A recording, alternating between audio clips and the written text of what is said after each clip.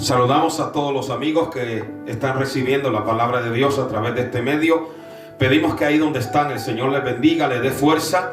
Hoy continuamos con el estudio del Evangelio de Juan. Dice la palabra de Dios: en el principio era el Verbo, y el Verbo era con Dios, y el Verbo era Dios. Este era en el principio con Dios. Todas las cosas por Él fueron hechas, y sin Él nada de lo que ha sido hecho fue hecho. En Él estaba la vida, y la vida era la luz de los hombres. La luz en las tinieblas resplandece, y las tinieblas no prevalecieron contra ella.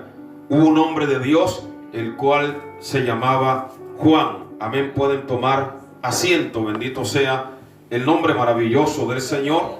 Ya ayer nosotros explicamos que el Evangelio de Juan fue escrito entre el año 95 y el año 100. Juan era pastor de la iglesia de Éfeso cuando escribió este Evangelio. Sea bendecido el nombre del Señor. Amén. Y nosotros ayer usamos una ilustración y dijimos que en Apocalipsis aparecen los querubines con 4 caras. Una con cara de león, que representa el Evangelio de Mateo, donde Jesús es presentado como el león de la tribu de Judá. Otra como cara, aleluya, de becerro, que representa el Evangelio de Lucas. Amén. Otra con cara de hombre, que representa el Evangelio de Marcos, que es el más humano de los 4 evangelios. Y la cara de águila, los querubines tienen 4 caras. La cara de águila representa el Evangelio de Juan. ¿Por qué? Porque el águila es la única ave que puede mirar de frente al sol. La profundidad que hay en el Evangelio de Juan es tremenda, porque Juan nos describe a Jesús como el Verbo eterno. El concepto del verbo logos en griego era un concepto que se conectaba mucho con lo que tiene que ver con la palabra. Pero el apóstol le está diciendo a sus oyentes o a sus lectores que Jesús no solo es una idea, una razón, una palabra, es una persona, es la palabra de Dios hecha carne, y que todo fue creado por medio de Él y para Él. Amén. Usted ve que cuando uno mira la palabra de Dios, uno lee cómo dice la Escritura que en el principio todo fue creado por la palabra de Dios. Amén. Dios dio la palabra, y cuando Él daba la palabra, algo surgía. Cuando Dios da su palabra, algo surge en nosotros. Nosotros somos el producto no de una religión, sino de la palabra de Dios. Porque la fe viene por el oír de la palabra de Dios. ¿Cuánto podemos adorar al Señor? Amén. Así que cuando uno mira la palabra, uno se da cuenta de que Dios ha estado desde la eternidad. Amén. Jesús existía antes de que este mundo fuese. Él es el creador, no solo nuestro Salvador. Amén. Hoy vamos a continuar sin más dilación en el versículo 6. Amén. El versículo, usted ve que en los primeros 5 versículos se está hablando de ¿qué? De la eternidad de Jesús. Amén. Y a partir del versículo 6 se habla de la encarnación de Jesús. Yo les dije ayer que en el Antiguo Testamento Dios crea al hombre a su imagen. En el Nuevo Testamento Jesús toma nuestra imagen y viene a redimirnos. Amén. En el Antiguo Testamento las ovejas morían por el pastor. En el Nuevo Testamento el pastor muere por las ovejas. ¿Cuántos pueden adorar al Señor? Amén. Así que en el versículo 6 nos dice: hubo un hombre enviado de Dios, el cual se llamaba Juan. Aquí se nos habla de Juan el Bautista. Amén. ¿Quién era Juan el Bautista? Era primo de Jesús. Juan el Bautista tuvo el privilegio de ser lleno del Espíritu Santo desde el vientre de su madre, pero sobre todo tuvo el privilegio de saber que él había nacido con una misión. Cada uno de nosotros estamos aquí en este mundo con una misión de parte de Dios. La palabra en el Salmo 139 dice: mi embrión vieron tus ojos, bien que fue entretejido en lo oculto. Amén.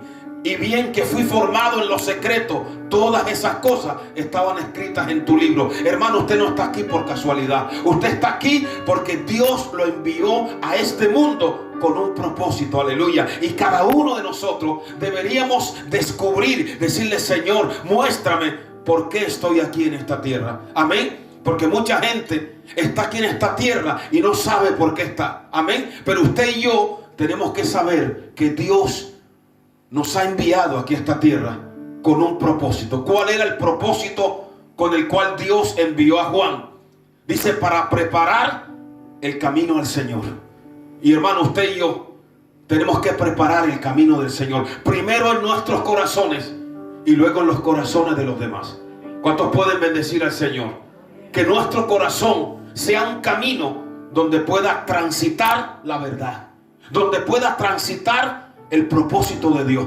Que nuestro corazón se abra camino a la voluntad de Dios. Que nuestro corazón, hermano, haya acceso a lo que Dios tiene para cada uno de nosotros.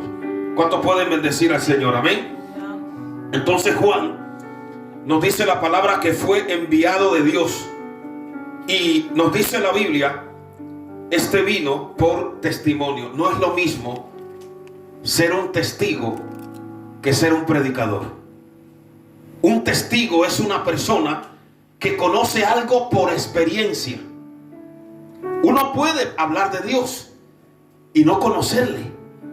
Uno puede, hermano, decir maravillas de Dios, como hay mucha gente por ahí, pero no le conoce. Pero Juan no era uno que hablaba de Dios, era uno que conocía al Dios que hablaba, que sabía lo que hablaba, que sabía de quién hablaba. Él dice, aleluya, yo no le conocía, pero gloria a Dios que Juan, cuando nos dice la Biblia que vino por testimonio, repito, él vino para dar testimonio, amén, de nuestro Señor Jesucristo. A Dios sea la gloria, amén. Y cuando nos dice la palabra, para que diese testimonio de la luz, a fin de que todos creyesen por él. Cada uno de nosotros solo podemos dar testimonio de dos cosas: o de la luz o de las tinieblas, o de Dios o del enemigo, o de la verdad o de la mentira. Pero Juan entendió que Dios lo quería para que diera testimonio de la luz. Amén. Cuando usted mira, bendito el nombre del Señor, el evangelio, por ejemplo, de Mateo, el evangelio de Mateo capítulo 3, evangelio de Mateo capítulo 3, en el verso 1 dice: en aquellos días vino Juan el Bautista predicando en el desierto de Judea y diciendo: arrepentíos, porque el reino de los cielos se ha acercado. Pues este es aquel de quien habló el profeta Isaías cuando dijo: voz que clama en el desierto, preparad el camino del Señor, enderezad su senda. Juan vino a preparar el camino al Señor, a enderezar las sendas torcidas. Juan vino, aleluya, para que las personas que le oyeran hablar del Señor se rindieran a él, para dar testimonio de Jesús. Hermano, qué privilegio tenemos nosotros de hoy encontrarnos en las manos de Dios y dar testimonio de Jesús. ¿Qué dijo el Señor? Vosotros sois la luz del mundo. Vosotros sois la sal de la tierra. No se puede encender una luz y meterla debajo de un almud, sino que se coloca en alto para que alumbre a todos los que están en casa. Entonces Juan vino para dar testimonio de la luz, a fin de que todos creyesen por él. Juan capítulo 1 versículo 7. No era él la luz, sino para que diese testimonio de la luz. Nosotros tenemos que tener claro que somos embajadores de Cristo. Amén. Que nosotros somos lámparas, y una lámpara siempre va a encender a otra lámpara. ¿Cuántos pueden darle a Dios la gloria? Nosotros no somos la luz. La luz es Jesús. La luz es Cristo. Cristo dijo: yo soy la luz del mundo, y el que me sigue no andará en tinieblas. Pero también nos dice: vosotros sois la luz del mundo. Amén. ¿Cuántos pueden darle a Dios la gloria? Porque nosotros somos un trozo, amén, de la presencia de Dios aquí en la tierra. Amén. Y en el versículo 9 nos dice: aquella luz verdadera que alumbra a todo hombre venía a este mundo. ¿Cuál es esa luz verdadera? Tenemos la luz física, pero tenemos la luz espiritual. La luz que alumbra a todo hombre, a toda persona, de alguna manera, es la presencia de Dios. ¿Qué dice el Salmo? Los cielos cuentan la gloria de Dios, y el firmamento anuncia la obra de sus manos. De alguna manera, hermano, el principal predicador que hay es el universo. Cuando uno mira los cielos, el salmista decía: cuando veo los cielos, obra de tus dedos, y veo las estrellas, todo lo que tú has creado, yo digo, que es el hombre para que tengas de él misericordia. Cuando uno mira la obra del Creador, uno se tiene que rendir delante de la presencia de Dios. ¿Cuánto le damos a Dios la gloria? Entonces Dios nos habla a través de sus obras, nos habla a través del sol, nos habla a través de las estrellas, nos habla a través de esa obra maravillosa que somos nosotros, nos habla a través de la creación, pero nos habla especialmente a través de su palabra, pero también nos habla, según Hebreo, a través de su Hijo Jesucristo, nos habla a través de los profetas. ¿Cuántos pueden darle a Dios la gloria? Entonces, cuando uno quiere oír la voz de Dios, uno solamente tiene que decirle: habla Jehová, porque tu siervo oye. Cuando le damos a Dios la gloria. Y cuando uno quiere oír la voz de Dios, de alguna manera Dios le va a hablar. Le va a hablar a través del viento, le va a hablar a través de las circunstancias, le va a hablar a través del corazón. Y cuando uno oye la voz de Dios, eso no se queda en el aire, eso cambia, hermano, eso transforma a la persona. ¿Cuánto le damos a Dios la gloria? Nadie que ha oído de verdad a Dios ha seguido igual. El que oye a Dios se rinde delante de él, se humilla, se doblega y le permite al Señor ser el que lleve el timón de su corazón. A su nombre, bendito el nombre del Señor. Entonces dice la Biblia que de alguna manera Dios alumbra a todo ser humano. ¿Qué ocurre? Que hay gente que cuando ve la luz huye de la luz, se esconden de la luz. Amén. No quieren la luz. De hecho, cuando Jesús vino, habían personas que no querían recibir la luz de Cristo y huían de él. Amén. Porque para uno recibir la luz de Dios, uno tiene que estar dispuesto a que esa luz penetre a lo profundo de su corazón. Amén. A Dios sea la adoración. Y dice: en el mundo estaba, y el mundo por él fue hecho, pero el mundo no le conoció. Amén. ¿Por qué no le conocieron? Amén. Porque dice la palabra de Dios que el Dios de este siglo, el Señor lo reprenda, Satanás cegó el entendimiento de los incrédulos para que no les resplandezca la luz de la gloria de Dios. Entonces nos dice la palabra que no le conocieron. A lo suyo vino y los suyos no le recibieron. Aquí habla de un doble rechazo. Primero, el rechazo del mundo porque no le conoce. Amén. Y segundo, el rechazo de los que decían conocerle. ¿Quiénes eran? El pueblo de Israel. A lo suyo vino, aquellos que él llamó mi especial tesoro, aquellos que él llamó la niña de sus ojos, no le recibieron. ¿Cuántos pueden bendecir el nombre maravilloso del Señor? Amén. Pero aunque los suyos no le conocieron, aunque los suyos no le recibieron, nos dice aquí en el versículo 12, y este versículo 12 le podemos poner como título: los hijos sobrenaturales. Amén. Recuerde que yo le dije que hay tres términos que usa el griego para referirse a vida: la vida bios, la vida biológica; la vida psuke, la vida emocional de la mente; y la vida zoe, la vida eterna, la vida espiritual. Entonces, en Juan 1:12 nos dice la palabra: mas a todos los que le recibieron. ¿Quiénes son estos? Los hijos sobrenaturales, los que tienen la tercera vida, la vida de Dios, la vida Zoe, la vida eterna. ¿Cuántos pueden bendecir el nombre maravilloso del Señor? Dice la palabra: mas a todos los que le recibieron. ¿Qué significa recibir? Creer.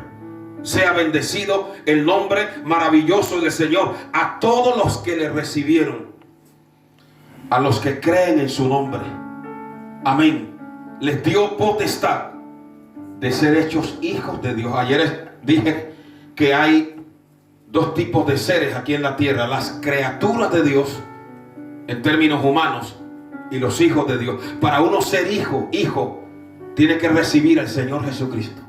Y cuando uno recibe a Cristo, uno se convierte en una creación sobrenatural de Dios. Note bien que en el libro de Génesis habla de los primeros pobladores de la tierra. Vamos a llamarle los hijos naturales. Pero en Juan habla de los hijos sobrenaturales. Los que son creados por el Espíritu Santo. Los que son nacidos de arriba, del cielo. Los que nacen por la simiente de la palabra de Dios. ¿Cuántos pueden bendecir el nombre maravilloso del Señor? Nos dice el versículo 13: los cuales no son engendrados de sangre, ni de voluntad de carne, ni de voluntad de varón, sino de Dios. Nadie puede convertirse en hijo de Dios si no recibe al Señor Jesucristo. Amén. Nadie puede convertirse en cristiano sin Cristo. No se puede ser cristiano sin Cristo. No se puede ser espiritual sin el Espíritu Santo. No se puede servir al Dios del cielo sin tener el cielo de Dios en nuestro corazón. ¿Cuántos pueden bendecir al Señor? Vamos a el versículo 14. El versículo 14 nos habla de la encarnación del Verbo eterno. Note bien que los primeros versículos nos hablan del Verbo en la eternidad. Y nos dice que ese Verbo, amén, existía antes de la fundación del mundo. Pero miren lo que dice el versículo 14. Amén. Esa palabra se hace carne. Yo les dije que el Verbo era ¿qué? La palabra. Amén. Y en Génesis y aquí en Juan dice: en el principio era el Verbo. Pero miren lo que dice el 14: y aquel Verbo fue hecho ¿qué? Carne. O sea, la palabra se hace carne. ¿En la persona de quién? De nuestro Señor Jesucristo. ¿Cuántos pueden bendecir al Señor? Amén. Y entonces cuando el Verbo se hace carne, los que han leído la Biblia, quiero que lean Primera de Timoteo. Vaya a Primera de Timoteo, capítulo 3, versículo 16. Es lo que se conoce como el misterio de la piedad, la encarnación del eterno Hijo de Dios. Primera de Timoteo, capítulo 3, versículo 16. Cristo vive por los siglos de los siglos. Dice así: e indiscutiblemente grande es el misterio de la piedad. Dios fue manifestado ¿en qué? En carne. Yo les dije que había una secta en los primeros siglos que negaba que Jesús se había hecho carne, que era Dios encarnado. Y aquí nos dice: Dios fue manifestado en carne. Los testigos de Jehová niegan la divinidad de Cristo, pero aquí nos habla de que ese Dios con mayúscula fue manifestado en carne. Cristo era verdadero Dios y verdadero hombre. Como Dios creó las aguas, como hombre sintió sed y bebió de esas aguas. Como Dios creó, por así decirlo, el pan, pero como hombre sintió necesidad de comer del pan. Como Dios, aleluya, Él es el reposo. Él dice: venid a mí los que estáis trabajados y cansados, y yo os haré reposar. Pero como hombre, Él se sintió cansado y necesitado de reposo. ¿Cuántos pueden darle a Dios la gloria? Como Dios creó la vida, pero como hombre murió. Amén. Entonces, claramente nos dice: Dios fue manifestado en carne, justificado en el Espíritu. Jesús no fue justificado por la ley de Moisés, sino por el Espíritu de Dios, que dijo: este es mi Hijo amado, en quien hallo complacencia. Visto de los ángeles. Los ángeles lo vieron, lo contemplaron, lo fortalecieron. Predicado a los gentiles, a los no judíos, creído en el mundo y recibido arriba en gloria. Volvemos a Juan, que está hablándonos de la encarnación del eterno Hijo de Dios. Juan 1:14 nos dice que el Verbo se hizo carne y habitó entre nosotros y vimos su gloria. Gloria como del unigénito del Padre. Bendito sea el nombre del Señor. La palabra, cuando dice vimos su gloria o vimos, aparece 20 veces en el Nuevo Testamento, ver. Y la palabra griega es teostai, que significa contemplar de una manera clara. Vimos su gloria. Porque ya hemos dicho que mucha gente, el enemigo las ha cegado para que no vean la gloria del Señor. Y dice, ahí nos dice, mire, vimos su gloria. ¿Y qué más dice? Amén. Y lleno de gracia y de verdad. Amén. Y a su nombre sea la gloria. No quiero pasar de esa segunda frase del 14. Dice, cuando dice, y habitó entre nosotros, me llama la atención porque me tomé la molestia, bendito el nombre del Señor, de buscar y de indagar sobre esa palabra, habitó entre nosotros. Y es la misma palabra que en el Antiguo Testamento se usaba para hablar algo que se llamaba la Shekinah de Dios.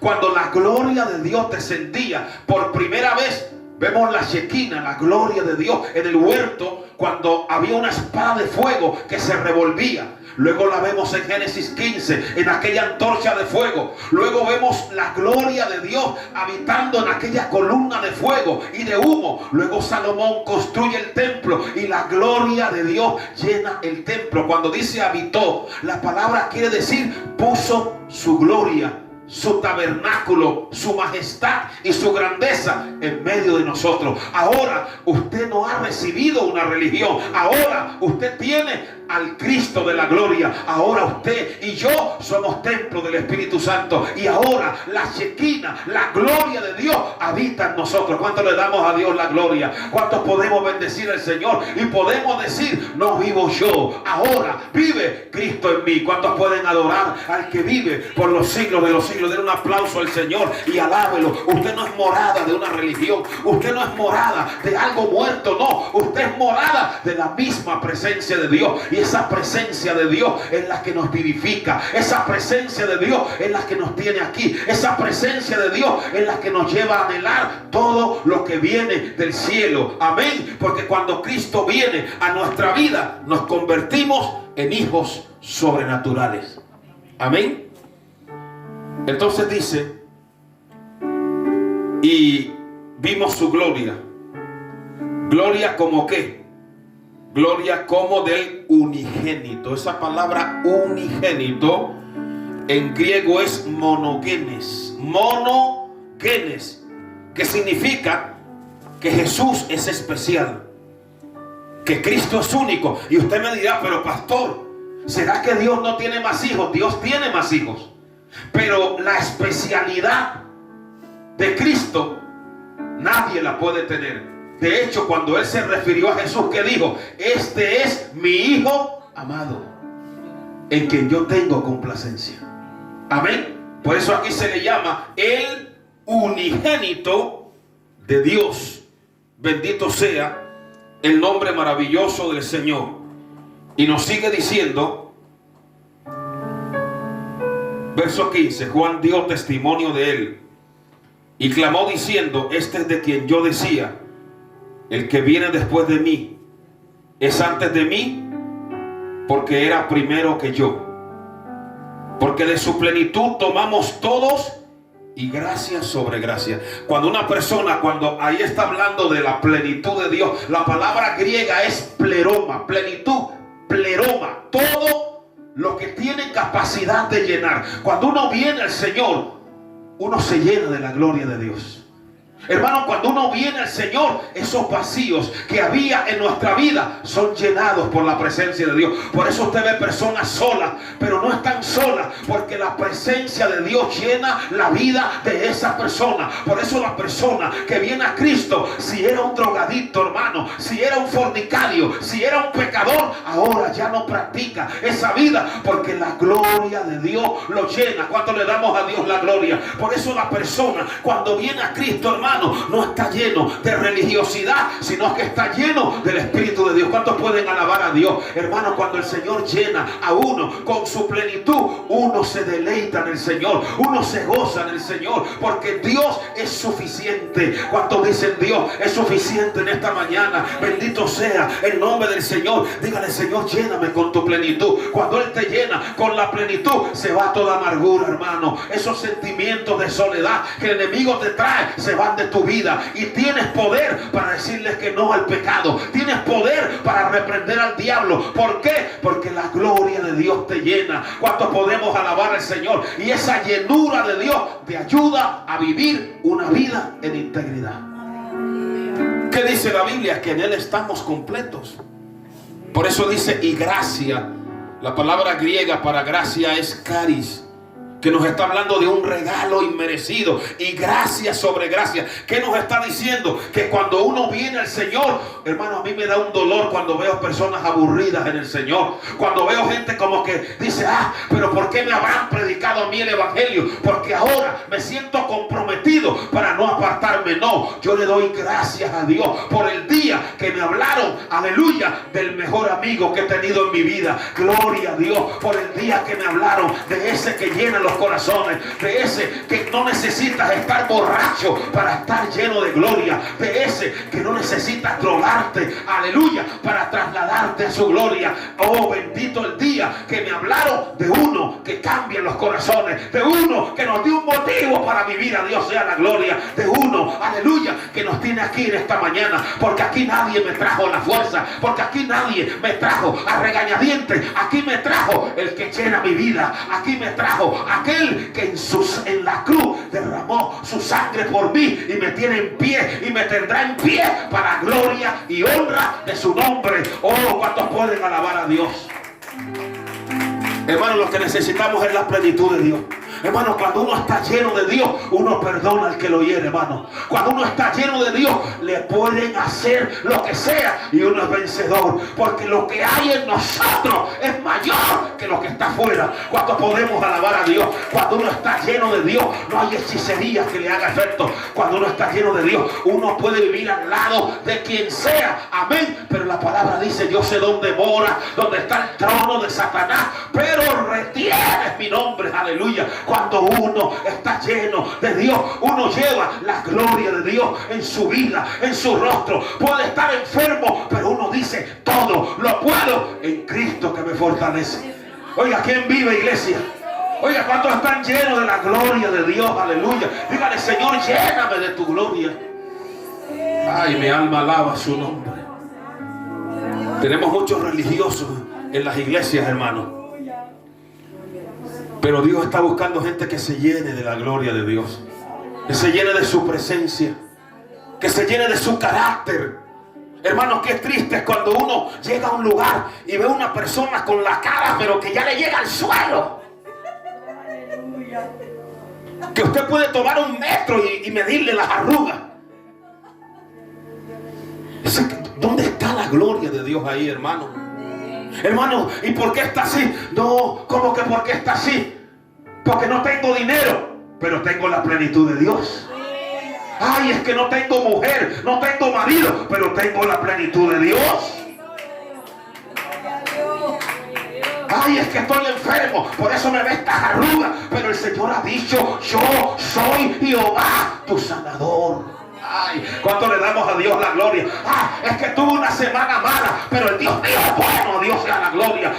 ¿Y por qué está así? ¿Cómo que por qué está así? Es que usted me tiene así. No, pero Dios me tiene lleno de su gloria. No estoy estoy amargado. Oiga, quiero que lo oigan. No estoy amargado, yo estoy lleno de gozo, porque donde está el Espíritu de Dios, ahí hay libertad. Cuando le damos a Dios la gloria y uno dice, con tu ayuda yo sigo adelante, porque el primer amor de mi vida eres tú, y yo no estoy en la iglesia ni por aquel ni por aquella, sino porque tú, Señor, que me llenas, me tienes aquí, y tú me creaste para gloria y honra de tu nombre.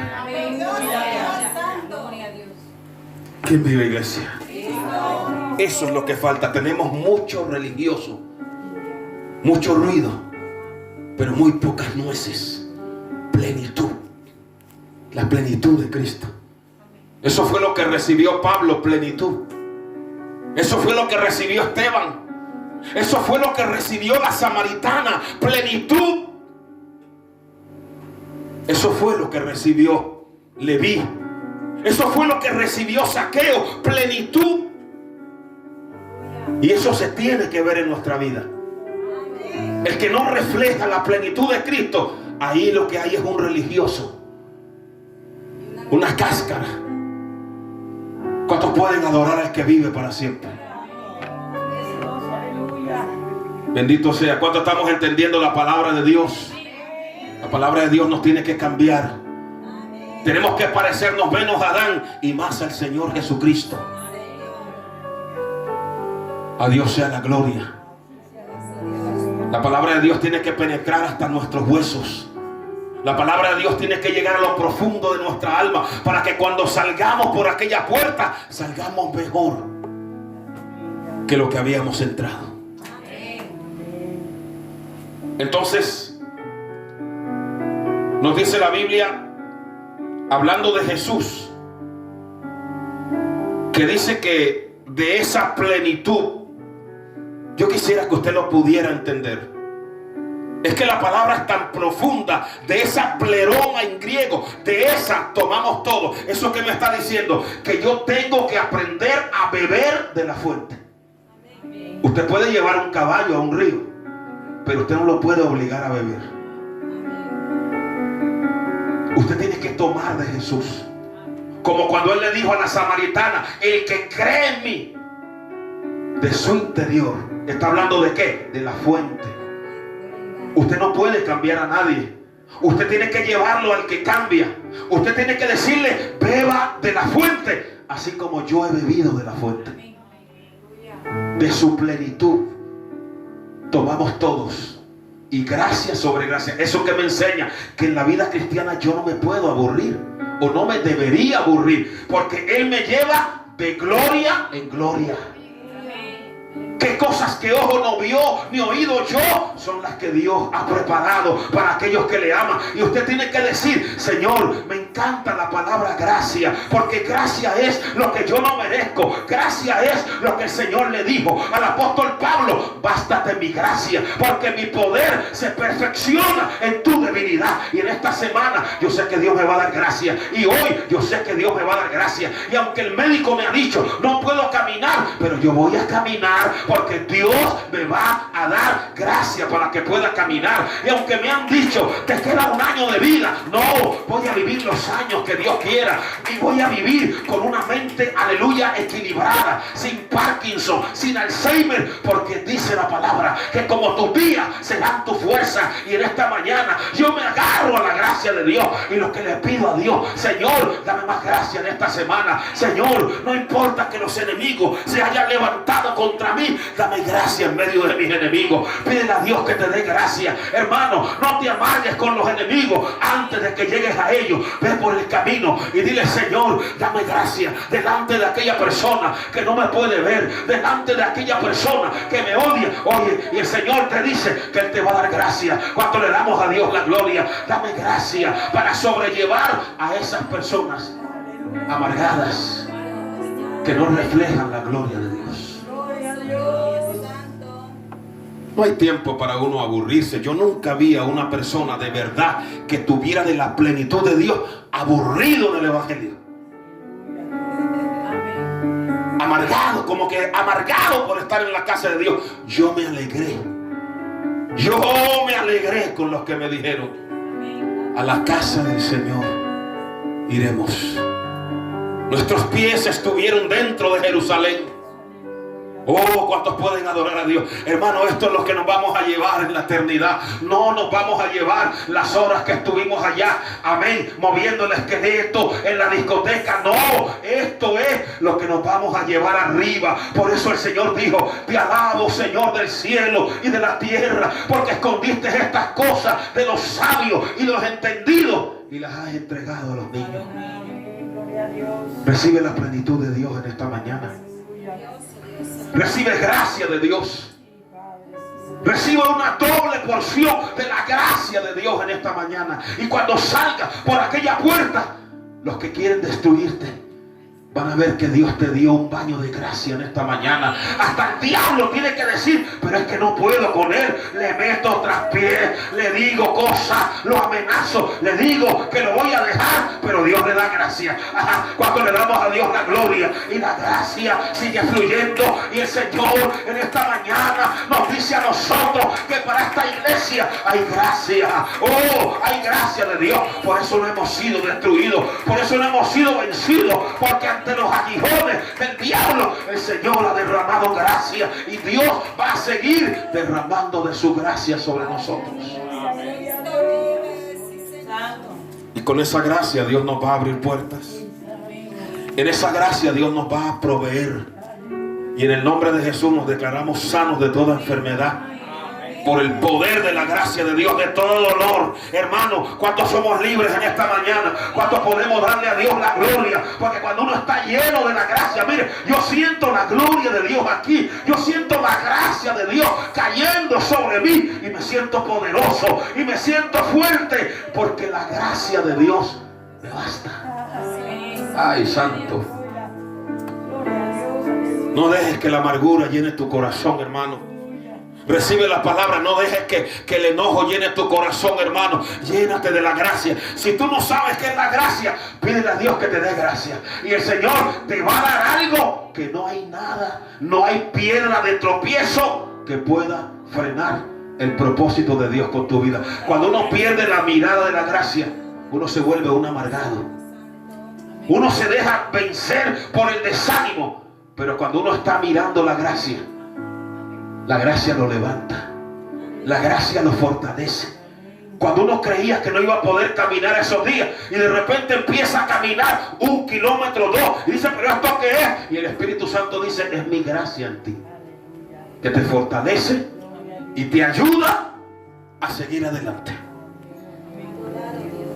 Qué lindo es este evangelio de Juan, tan sublime. Cada versículo tiene una mina de sabiduría.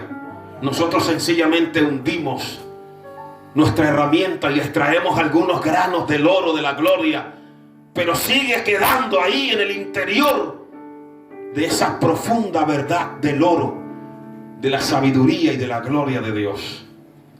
Entonces, bendito sea el nombre maravilloso del Señor. Cuando esa gracia de Dios se pone de manifiesto y llena nuestra vida, pasamos al versículo 16 y al 17. Aquí nos habla de la diferencia entre la ley y la gracia. ¿Qué decía la ley? Todo el que hiciera estas cosas vivirá por ellas. Eso era la ley, pero nadie estaba capacitado para guardar la ley sin fallar. Porque ¿qué decía la ley? El que infringiere un solo punto de la ley se hace culpable de toda la ley. Por tanto, todos estaban bajo el régimen de la culpabilidad. Pero como la ley no nos podía llevar a Dios, y como dice el apóstol Pablo, ¿por qué fue dada la ley? Y el Espíritu Santo dice: para revelar la pecaminosidad del hombre. Es como cuando usted le ponen unos rayos X ahí, o unos infrarrojos, para que usted vea los tumores que tiene, pero usted no se los puede quitar. Entonces el médico dice: ahora te voy a dar la cristomicina, la palabra de Dios que sana eso, y la espiritumicina, que es la gracia de Dios. Entonces la gracia hace lo que no podía hacer la ley. Por eso en este tiempo la dispensación se llama la dispensación de la gracia. La gracia de Dios se ha manifestado para salvación a todos los hombres. La gracia y la verdad. La palabra verdad en griego es aletes. Y verdadero es aletinos. Verdad, la gracia y la verdad. No una verdad. No una de las verdades. La verdad. Porque la única verdad es Cristo. Yo soy el camino. Yo soy la verdad. Yo soy la vida. Todo eso nos viene a nosotros envueltos en la gracia de Dios. Porque la gracia, la palabra gracia, caris en griego, se utilizaba para darle un regalo. Cuando estudiemos la epístola a los romanos, usted va a ver que hay un versículo que dice: mas la paga del pecado es muerte. La palabra paga en griego era oxorio, y era lo que se le daba a un trabajador porque lo merecía. La paga del pecado es muerte. El pecador se gana el infierno, la muerte. Pero dice: más la dádiva, la gracia. Y era que cuando el emperador cumplía años, le daba un regalo por gracia a sus soldados. La gracia es algo que yo no merezco. La gracia me viene envuelta en un regalo de Dios. Y por gracia somos salvos. Y esto no es por obras, para que nadie se gloríe delante de Dios. ¿Cuánto lo estamos entendiendo en esta mañana? Entonces, aquí nos dice la palabra cuál es el instrumento a través del cual viene la gracia: el Señor Jesucristo. Versículo 18. Juan, capítulo 1, versículo 18, la revelación del Padre. Léanlo conmigo. A Dios nadie le vio jamás. Haga un stop allí. Deténgase. A Dios nadie le vio jamás. ¿Y cómo dice la Biblia que Moisés vio a Dios cara a cara? Ya yo les expliqué que del Antiguo Testamento lo que se veía eran las manifestaciones de Dios. Jesús se le manifestó a Jacob, y eso se llama una cristofanía, una manifestación de Cristo. Dios se le manifestó a Abraham, eso se llama una teofanía, una manifestación del Padre. Ahora, cuando Moisés le dijo a Dios: muéstrame tu gloria y me basta, ¿qué le dijo Dios? No, porque no me verá hombre alguno y vivirá. Si el Señor pusiera su pie sobre estas islas y lo viera el mundo como es en su esencia, todos caeríamos fulminados y muertos.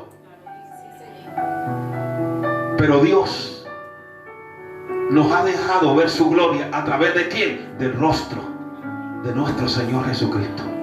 El que conoce a Jesús conoce al Padre. Por eso cuando le dijo Felipe: muéstranos al Padre y nos basta, y le dijo: Felipe, ¿no crees que el que me ha visto a mí ha visto al Padre? Amén. ¿Cuántos pueden bendecir al Señor? Entonces dice que a Dios nadie le vio jamás,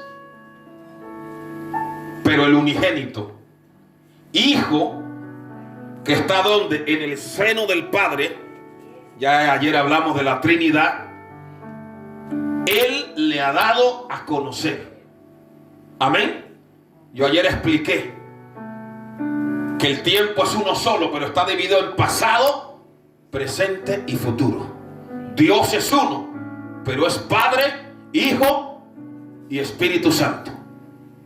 Si Jesús fuera el mismo Espíritu, ¿cómo Jesús iba a decir: y yo rogaré al Padre y enviará otro Consolador? Amén. ¿Cuántos lo pueden entender?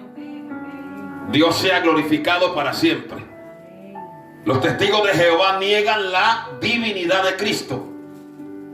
Y hay otras denominaciones que dicen que Jesús es el mismo Padre y el mismo Espíritu Santo. Eso es una herejía. Jesús no es el mismo Padre, ni es el mismo Espíritu. Amén. Bendito el nombre maravilloso del Señor. Ahora vamos a ir al versículo 19. Y mientras usted lo lee, le da la gloria a Dios. Vamos a mirar el testimonio de Juan el Bautista. Cuando hablamos de testimonio, estamos hablando de lo que uno dice a favor de otro. Hay varios testimonios acerca de Jesús en el Evangelio de Juan. Número 1, el testimonio del Padre. Número 2, Juan 5:39, el testimonio de las Escrituras. Escudriñad las Escrituras porque ellas dan testimonio de mí. Número 3, el testimonio de los discípulos o apóstoles o de las personas que habían recibido una obra de parte de Dios. Eso está en el Evangelio de Juan, capítulo 4. También tenemos el testimonio del Espíritu Santo. Dice que Él os dará testimonio acerca de mí. Y aquí tenemos el testimonio de ¿quién? De Juan el Bautista. Este es el testimonio de Juan. Cuando los judíos enviaron de Jerusalén sacerdotes y levitas para que le preguntasen: ¿tú quién eres? ¿Por qué mandaron sacerdotes? Recuerde que Juan era hijo de un sacerdote, de Zacarías. Amén. Y la obra que estaba haciendo Jesús estaba poniendo en peligro todo el andamiaje falso y religioso que había en aquellos días. Entonces ellos mandan a una delegación para indagar sobre Juan y le dicen: ¿quién eres tú? Y en el verso 20 dice: confesó. Y no negó, sino confesó: yo no soy el Cristo. Ellos pensaban que Juan era el Cristo, el Mesías. Pero él dice: yo no soy el Cristo. Y le preguntaron: ¿qué pues? ¿Eres tú Elías? Y dijo: no, no soy. Aquí Juan hizo un acto de humildad, porque si usted lee otros pasajes de la Biblia, usted va a ver cuando Jesús dijo: y si queréis recibir a Juan, él es aquel Elías. Y quiero aclararles algo: Juan es el último de los profetas del Antiguo Testamento. Se lo voy a volver a repetir. Aunque Juan aparece en el Nuevo Testamento, es el último de los profetas del Antiguo Testamento. Váyase a Lucas capítulo 16. Lucas el capítulo 16. Poderoso el que vive para siempre. Lucas capítulo 16, versículo 16. Quiero que lo lean conmigo. ¿Cuántos ya lo tienen? Dice, oiga bien, leámoslo. La ley y los profetas eran ¿hasta qué? Hasta Juan. O sea, Juan es el último profeta del Antiguo Testamento. ¿Por qué usted ve a Juan en el Nuevo Testamento? Porque entre Mateo y Juan hay 400 años. Hay un eslabón de 400 años entre el Antiguo Testamento y el Nuevo. Y cuando se rompe ese eslabón, con la predicación de Juan, poniendo la alfombra y anunciando que venía el Mesías. ¿Cuántos lo están entendiendo? Entonces dice que la ley y los profetas eran hasta Juan. Desde entonces el reino de Dios es anunciado y todos se esfuerzan por entrar en él. Vuelva allí donde estamos en el Evangelio de Juan, capítulo 1. Poderoso el nombre maravilloso del Señor. Y volvemos ahí cuando nos dice la palabra que ellos le preguntan a Juan: ¿eres tú el Cristo? ¿Eres Elías? Y luego le dijeron, él dice, y le dicen: ¿y por qué tú bautizas si tú no eres? Vamos a leer el 21. ¿Eres Elías? Y dijo: no soy. Le dijeron: pues ¿quién eres? Para que demos respuesta a lo que nos enviaron. ¿Qué dices de ti mismo? Ojalá y nosotros aprendiéramos a tener ese sentimiento de humildad. Usted no ve que hay personas, hay predicadores que se vuelven hasta más famosos que el mismo Dios. Y la gente pone más fe en el predicador que en Dios. Pero ¿qué dice Juan de él? Él dice: yo soy la voz que clama en el desierto: enderezad el camino del Señor. En la antigüedad, cuando un rey iba a visitar una comarca que estaba abandonada, llena de plagas, llena de hierbas, antes de que el rey llegara había que pintar, había que preparar, y todo lo que estuviera en desorden había que ponerlo en orden para que el rey pudiera llegar. Juan lo que está diciendo es: yo no soy el rey, yo soy su heraldo. Yo no soy la luz, solo soy una antorcha. Amén. Yo no soy el esposo, solo soy el amigo del esposo. Yo solo vine a prepararle el camino, a enderezar, para que los cerros de orgullo que hay en los corazones, los caminos torcidos que hay en los recónditos de las almas, sean enderezados, para que haya lugar para que pase el Hijo de Dios. Yo soy la voz de uno que clama en el desierto. Como dijo el profeta Isaías, eso está en Isaías 43. Y los que habían sido enviados eran de quienes, verso 24, de los fariseos. ¿Quiénes eran los fariseos? Enemigos de Jesús, hipócritas, personas que eran mucho más religiosos que siervos de Dios. Miren, los fariseos eran tan hipócritas que los días de mercado eran los lunes. Ya les enseñaré también el Evangelio de Mateo. Los lunes y los jueves. Y esos eran los días que ellos tomaban para ayunar. Y se echaban talco blanco en la cara y demudaban su rostro para que todo el que pasara viera que estaban ayunando, hermano. Había una clase de fariseos que para ellos no codiciar las mujeres, iban así iban ahí al templo, hermano, pero iban así agachados, y cuando llegaban tenían más cardenales que la curia romana. Sangraban por todos lados. Decía, ¿pero por qué? Para no ver el mal. Persona que ama a Dios anda con la frente en alto, hermano, porque el Señor lo guarda.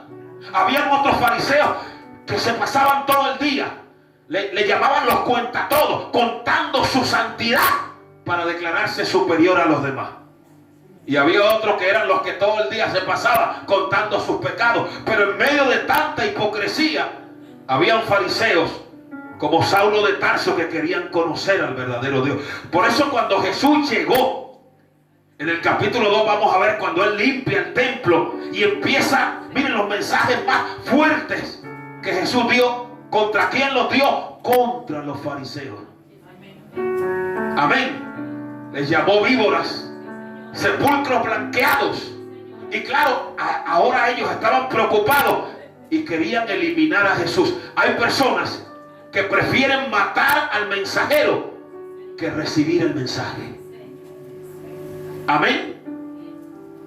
¿Cuántos pueden bendecir al Señor? Entonces por eso ellos mandan a Juan para ser interrogado. Y en el 25 le dicen: ¿por qué pues bautizas si tú no eres el Cristo, ni Elías, ni el profeta? ¿Cuántos saben? Y estas cosas quiero que las aprendan y se las graben. Los judíos no se bautizaban. Judío nunca se bautizaba. Los judíos se circuncidaban como hijos de la descendencia de Abraham. ¿Cuándo usted vio a los judíos bautizándose? Cuando vino Juan el Bautista. Porque Juan el Bautista trajo un tipo de bautismo que se llamaba el bautismo de arrepentimiento. Y entonces los judíos que nunca se habían bautizado empezaron a ir a las aguas del Jordán, dizque para ellos estar preparados para conocer a Jesús. Pero cuando Juan los vio y vio ese montón de víboras, oye, hermano, no les llamó lombrices, le dijo generación de víboras. Aleluya. Por eso Juan se volvió peligroso, hermano. Le dijo generación de víboras. Que nos enseñó a huir de la ira venidera. Usted no ve las víboras cuando les prenden fuego, cómo huyen. Y ese mensaje de Juan no los dejaba dormir, hermano. Los inquietaba y entraban ahí al Jordán hasta con la cara arrugada. Pero decían, ¿qué haremos? Aleluya. La palabra tiene que inquietarnos, hermano. Cuando usted ve un culto y la palabra a veces hasta no le moleste, no le enfada, el Señor no le ha hablado. Cuando Dios nos habla, el Señor nos remueve el corazón para que todo lo que haya en nuestra vida que no le agrade sea quitado de nosotros. ¿Cuántos pueden bendecir al que vive por los siglos de los siglos?